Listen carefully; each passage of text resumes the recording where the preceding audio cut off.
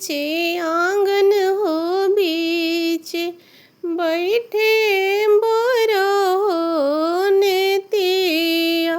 अरे आंगन बीचे आंगन हो बीच बैठा ससुर हो लोगावा।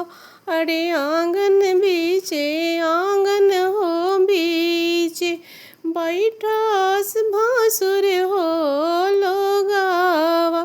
अरे निकालो नार के सहो पापा अपनी हो पुतरिया।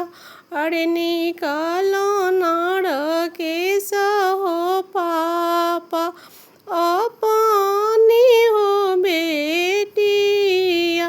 अरे हमें कैसे निकलबो ए समंदी ऐसन सुंदर हो बेटिया।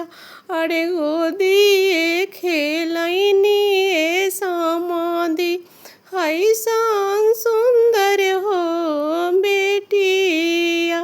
अरे दूधवे पियनी ए समंदी ऐसन सुंदर हो बेटिया।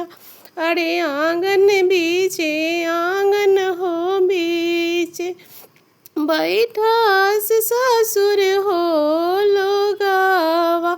अरे आंगन बीचे आंगन हो बीच बैठा भासुर हो लोगावा। अरे निकालो ना पंकज हो चाचा अपनी हो भतीजिया। अरे हमें कैसे निकलबो ए समंदी ऐसन सुंदर भतीजिया।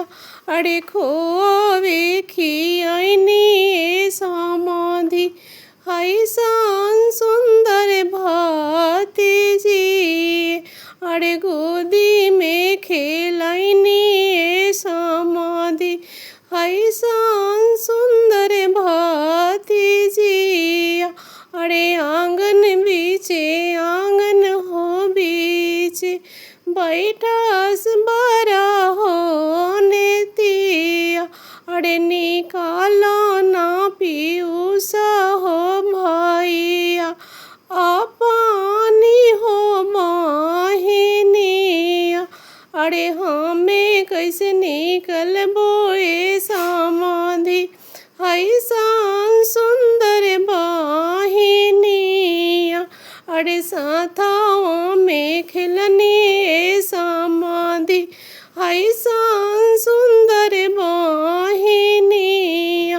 अरे आंगन बीचे आंगन हो बीच बैठा बड़ा हो नेतिया।